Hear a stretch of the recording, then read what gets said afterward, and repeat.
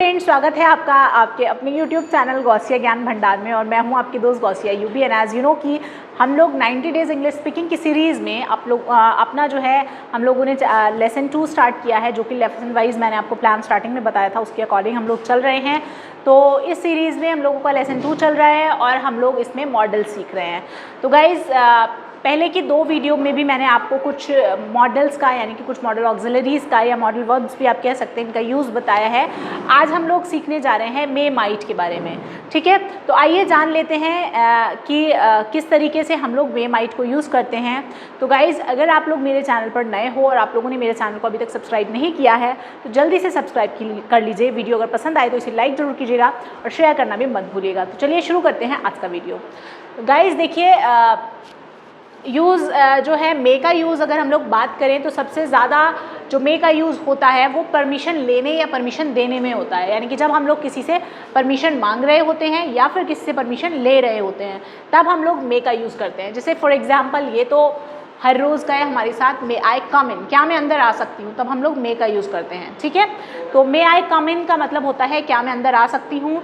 और यहाँ पर सेकंड एग्जांपल आप देखिए, you may use my phone, तुम मेरा फ़ोन जो है वो इस्तेमाल कर सकते हो। तो मैं यहाँ पर क्या कर रही हूँ, परमिशन दे रही हूँ। तो परमिशन लेने और देने दोनों के लिए हम लोग मे का यूज़ कर रहे हैं। Next is possibility. जहाँ पर पॉसिबिलिटी की बात होती है, यानी कि संभावना की बात होती है, वहाँ पर भी हम लोग क्या करते हैं, हम लोग यूज़ करते हैं मे का। तो एग्जाम्पल देखिए, इट मे रेन टुडे, आज वर्षा हो सकती है या आज बारिश हो सकती है। तो यहाँ पर क्या है, पॉसिबिलिटी है, संभावना है, okay. Next is the chief minister may visit the flood affected area. जो हमारे मुख्यमंत्री साहब हैं वो विजिट कर सकते हैं फ्लड इफेक्टेड एरिया में, यानी कि बाढ़ प्रभावित जो क्षेत्र है उसमें मुख्यमंत्री जी जो है विजिट कर सकते हैं, यानी कि दौरा कर सकते हैं, आ सकते हैं, okay. Next is factual possibility. ये भी इसी से रिलेटेड है, लेकिन यहाँ पर क्या है, फैक्चुअल पॉसिबिलिटी की बात हो रही है कि जो तथ्यात्मक संभावना है उसकी बात कर रहे हैं। तो देखो, आज बादल हैं, वर्षा हो सकती है। तो यहाँ पर फैक्ट है ना कि वर्षा क्यों हो सकती है, क्योंकि बादल छाए हुए हैं। तो it is cloudy, it may rain, okay. The ground is wet, the match may be delayed, यानी कि जो ग्राउंड है हमारा वो गीला है, मैच लेट हो सकता है, ठीक है। यहाँ पर फैक्चुअल पॉसिबिलिटी की बात हो रही है। Next is purpose. जब हमें पर्पस डिनोट करना होता है तब भी हम लोग जो है मे का यूज़ कर सकते हैं। तो Ram works hard so that he may succeed. Ram कठिन परिश्रम करता है या राम बहुत मेहनत करता है ताकि वो सफल हो सके, ठीक है। राम बहुत मेहनत करता है ताकि वो सफल हो सके। तो यहाँ पर क्या है, पर्पस है, उसका उद्देश्य है। तो यहाँ पर भी हम लोग मे का यूज़ करते हैं इस तरह के सेंटेंसेस में। आगे बात करते हैं विश और प्रेयर की, यानी कि अगर हमें विश या प्रेयर को डिनोट करना है वहाँ पर भी हम मे का यूज़ करते हैं। जैसे आपने बहुत सुना होगा, मे यू लिव लॉन्ग, ठीक है, या फिर मे गॉड ब्लेस यू, खुदा आपको बरकत दे, ठीक है, या फिर may you prosper in life, यानी कि तुम्हारी ज़िंदगी जो है समृद्धशाली हो या तुम ज़िंदगी में बहुत समृद्ध हो। तो ये क्या हो गया, ये हमारी विश हो गई और ये हमारी प्रेयर हो गई, ओके। सो आइए जान लेते हैं माइट का यूज़, माइट को किस तरीके से यूज़ करते हैं। सो गाइज, आइए बात कर लेते हैं यूज़ ऑफ माइट का।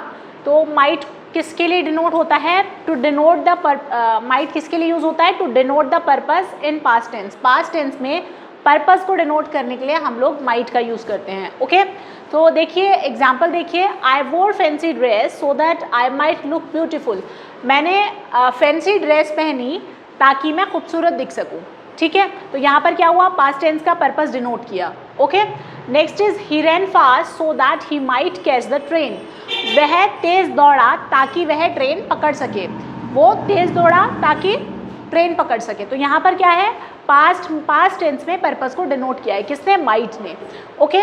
Next is to denote remote possibility in future, यानी फ्यूचर में रिमोट पॉसिबिलिटी को व्यक्त करने के लिए भी हम लोग माइट का यूज़ करते हैं। यानी रिमोट पॉसिबिलिटी का मतलब होता है दूरस्थ संभावना, यानी कि चांसेस जब कम होते हैं, ओके। तो एग्जाम्पल है, the sky is clear but it might rain heavily, यानी कि आसमान साफ है लेकिन भारी वर्षा हो सकती है, ठीक है। तो ये क्या हुआ, दूरस्थ संभावना हुई, क्योंकि जब बादल छाए होते हैं तब बारिश होने के चांसेस होते हैं।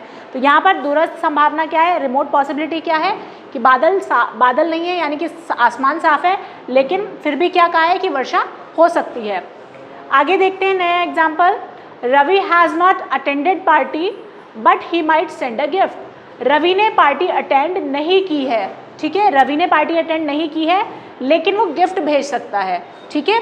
रवि ने पार्टी अटेंड नहीं की है लेकिन वो गिफ्ट भेज सकता है, तो दैट मीन्स ये क्या हो गई, रिमोट पॉसिबिलिटी हो गई, दूरस्थ संभावना हो गई, ठीक है। Next is request. रिक्वेस्ट को डिनोट करने के लिए भी हम लोग माइट का यूज़ करते हैं। So if you are going to Jaipur you might bring bangles for me. अगर तुम जयपुर जा रही हो तो मेरे लिए बैंगल्स लेती आना, ठीक है। तो अगर तुम जयपुर जा रही हो मेरे लिए क्या लेती आना, बैंगल्स लेती आना। तो ये क्या हुआ, ये मैंने क्या किया, रिक्वेस्ट किया। तो रिक्वेस्ट में भी यहाँ पर हम लोग ने माइट का यूज़ किया है, ओके। नेक्स्ट इज हम लोग बात करते हैं यूज़ ऑफ ऑट टू की। तो ऑट टू का सेम वही मीनिंग होता है जो हमारा शुड का होता है, यानी कि सिमिलर ऐसा होता है शुड के जैसा, ठीक है। शुड को भी चाहिए बोलते हैं, यहाँ पर ऑट टू के लिए भी चाहिए का यूज़ होता है, ठीक है। तो एग्जाम्पल देखिए, he said that he ought to go. उसने कहा कि उसे जाना चाहिए, उसने कहा कि उसे जाना चाहिए। नेक्स्ट इज मॉरल ड्यूटी, यानी कि ऑट टू का यूज़ हम लोग मॉरल ड्यूटी के तौर पे भी करते हैं।